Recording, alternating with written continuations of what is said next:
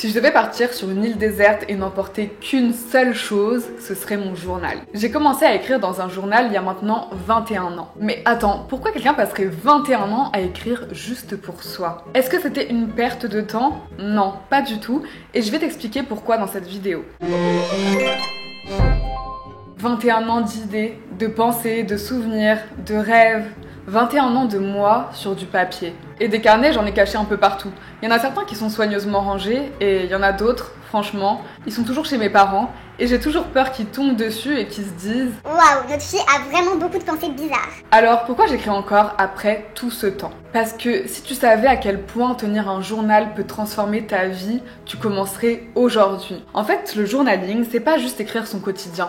C'est une thérapie, c'est un miroir, c'est une boussole. Et dans cette vidéo, je vais te partager mon expérience et je vais te montrer comment utiliser le journaling pour mieux te comprendre, pour gérer tes émotions et pour façonner ton avenir. Et surtout, je vais te donner des techniques hyper simples qui vont t'aider à commencer ou apporter de la fraîcheur dans ta façon de faire du journaling aujourd'hui. Alors, prends un carnet, ouvre ton appli Notes et c'est parti, on y va. Laisse-moi te poser une question. Est-ce que tu te souviens exactement de ce que tu pensais il y a 3 ans à cette même période? Moi, oui, parce que je l'ai écrit.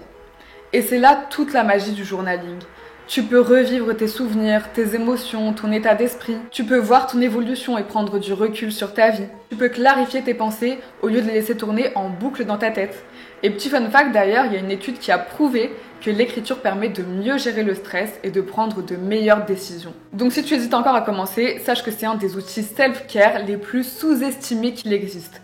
Et en plus, c'est un endroit où tu peux être 100% toi, sans filtre, sans jugement, parce que personne ne regardera ton carnet. En tout cas, cache-le bien. Je vais vous donner dès maintenant mes 3 techniques ultra actionnables pour commencer le journaling ou s'y tenir. La première méthode, c'est la méthode des 3 questions et c'est parfait pour débuter. Donc, si tu ne sais pas quoi écrire, tu vas répondre à ces 3 questions. La première, qu'est-ce que j'ai ressenti aujourd'hui? La deuxième, qu'est-ce qui m'a marqué aujourd'hui? Et la troisième, quel est mon état d'esprit en ce moment? C'est simple, rapide et en quelques phrases, tu crées déjà de la clarté dans ton esprit sans t'en rendre compte. La deuxième technique, c'est la technique du journaling express qui dure 5 minutes top chrono. Donc là, t'as pas besoin d'écrire une dissertation et c'est le cas pour chaque jour. T'as pas besoin d'écrire énormément chaque jour. Parfois, il suffit juste d'une phrase. Donc par exemple, tu peux mettre quelque chose du genre « Aujourd'hui, j'ai ressenti de la gratitude en allant voir mes amis ou en prenant un café au soleil. » Et c'est tout. Juste ça, ça va suffire à ancrer un moment positif dans ton cerveau. La troisième technique, et celle-là c'est ma préférée, c'est celle que je fais depuis petite spontanément, c'est le journaling en mode film. Donc là, tu vas imaginer que ta vie est un film ou une série. Donc chaque jour, tu vas écrire une scène marquante. Tu vas planter le décor. Où est-ce que tu étais? Avec qui? Quel est le mood? Quelle est l'ambiance? Ensuite, tu vas définir l'action. Qu'est-ce qui s'est passé? La troisième chose, c'est le ressenti. Qu'est-ce que tu en retires? Qu'est-ce que tu en as pensé? Quels étaient tes sentiments à ce moment-là? Et pourquoi cette technique marche? C'est parce que ton cerveau adore les histoires. Ça va te permettre d'analyser ta propre vie comme un scénario en construction, comme un héros qui a ses propres difficultés, mais qui à la fin réussit et triomphe. Et d'ailleurs, en ce moment, je suis en train de tester une toute nouvelle technique de journaling que j'adore et je vous en parlerai dans une prochaine vidéo. Donc restez dans les parages si ça vous intéresse, abonnez-vous. Et on va parler maintenant de pourquoi c'est l'outil le plus puissant pour mieux se comprendre. Déjà, une chose importante que je voulais dire, c'est qu'on s'en fiche de la perfection. Si vous êtes perfectionniste comme ça, dans votre journal, vous abandonnez toute la perfection, vous l'oubliez. Si vous croyez que votre journal doit être bien écrit, organisé et structuré, oubliez ça. Dans votre journal, vous pouvez sauter d'un sujet à l'autre. Vous pouvez oublier d'écrire 1 jour, 2 jours, 3 semaines. Vous pouvez écrire avec des fautes d'orthographe. Vous pouvez dessiner un chat en plein milieu de la phrase. Vous pouvez même écrire des phrases en diagonale si vous le voulez. Ce qui compte et ce qui compte vraiment, c'est d'exprimer tout ce que vous ressentez. Et ce que j'ai appris en 21 ans de journaling, si ça devait tenir en 3 points, la première, c'est que, en fait, on se rend compte qu'on s'inquiète souvent pour rien. Franchement, quand je relis certaines pages, je vois que des choses qui m'angoissaient à mort à ce moment-là se sont réglées toutes seules. Genre limite, parfois je fais un pavé et 2 jours après, je parle totalement d'un autre sujet. Je fais aussi un pavé, mais c'est tellement un autre sujet qui a rien à voir. Et si je devais retenir aussi une chose avec plus de recul, c'est que finalement notre vie, elle change beaucoup plus vite qu'on ne le pense. La deuxième chose, c'est que ça nous permet aussi de découvrir nos schémas de pensée.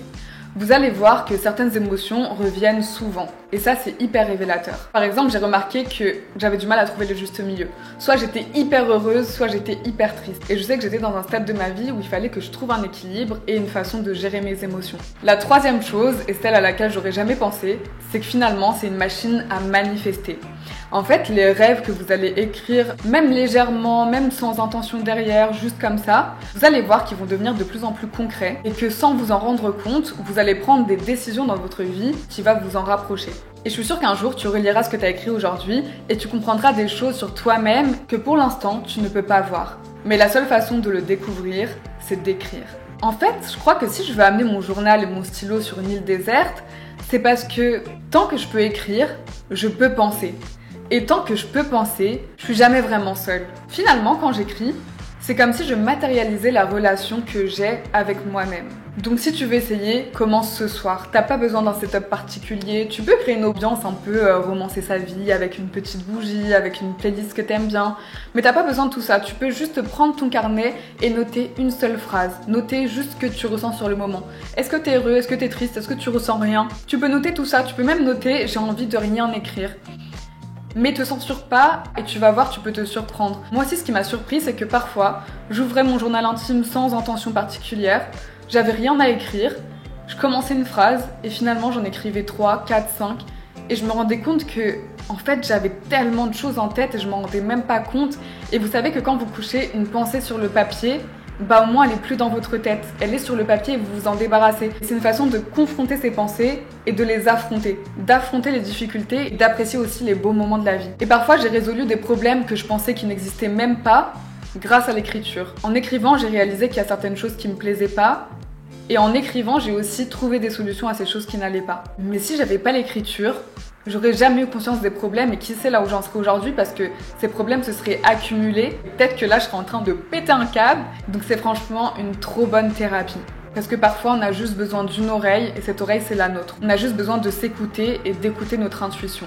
Et je trouve que l'écriture ça aide vraiment à reconnecter avec nous-mêmes et avec notre intuition. Donc si tu veux essayer, commence ce soir. Ouvre un carnet et écris juste une phrase. Aujourd'hui, je me sens et tu complètes. Et c'est tout.